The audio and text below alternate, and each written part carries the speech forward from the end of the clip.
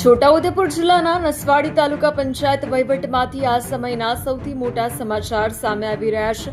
નસવાડી પંચાયત આલમમાં એક મોટો વિસ્ફોટ થયો છે, જ્યાં સરકારી તંત્રના બે મોટા અધિકારીઓ સામસામે આવી ગયા છે। તલાટી મંડળના પ્રમુખ અને કેવડી ગ્રામ પંચાયતના તલાટી નિશિત પંચાલે કેમેરા સામે આવીને નસવાડીના તાલુકા વિકાસ અધિકારી એટલે કે ટીડીઓ પર ભ્રષ્ટાચારના સણસણતા આક્ષેપો કર્યા છે। તલાટી નિશિત પંચાલનું કહેવું છે કે ટીડીઓ સાહેબ દ્વારા વિકાસના કામો અને સરકારી ગ્રાન્ટોમાં વારંવાર ટકાવારી એટલે કે કમિશનની માંગણી કરવામાં આવે છે। નસવાડી ટીડીઓ સાહેબ અધિકારીઓને એવું ધ્યાન દોર્યું છે કે અમારા કર્મચારી અમારા કયામાં નથી, એવી રીતે કરીને તાલુકા ફેરની દરખાસ્ત કરેલી છે મારી, બરાબર। એમાં ટીડીઓ સાહેબ વારંવાર અમારા પાસે પૈસાની માંગણી કરે છે। સ્વચ્છતાની ગ્રાન્ટ 2 હપ્તા અહીં પડ્યા છે તો હજુ સુધી ગ્રામ પંચાયતમાં નાખતા નથી ટકાવારી લેવા માટે, અને વારંવાર ટકાવારી આપવાની અમે વિરોધ કરતા મારી સિંગલ વોર્ડથી બદલી કરવાની ભલામણ અત્યારે જિલ્લામાં કરે છે। ખોટી રીતે હેરાનગતિ કરે છે, દરેક તલાટીઓને આવી રીતે ખોટી રીતે માંગણી કરીને છેલ્લા 1 વર્ષથી એટલે બીજી તરફ આ ગંભીર આક્ષેપો સામે આવતા જ નસવાડીના ટીડીઓ એસઆર તલાટીએ પણ વળતો પ્રહાર કર્યો છે।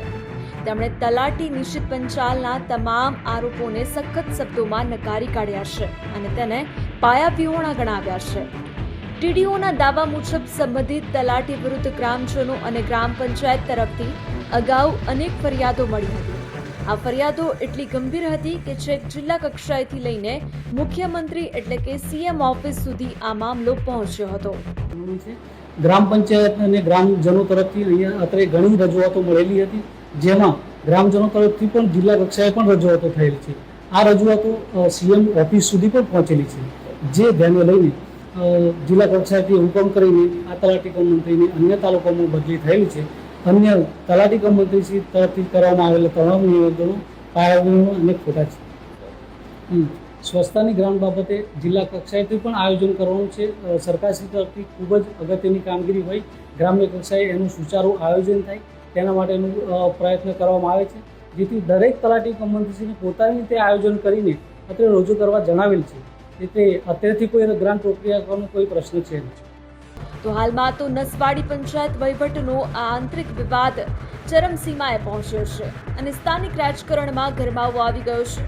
તો હવે જોવાનું એ રહેશે કે આગામી સમયમાં જિલ્લા વહીવટીતંત્ર આ પરસ્પરના આક્ષેપો પર શું તપાસના આદેશ આપે છે અને સત્ય શું બહાર આવે છે। આ વિવાદ પર તમારું શું કહેવું છે, કોમેન્ટમાં જરૂરથી જણાવો। ગુજરાતની આવી જ સચોટ અને સુરક્ષિત ખબરો માટે જોતા રહો ગુજરાત સુરક્ષિત।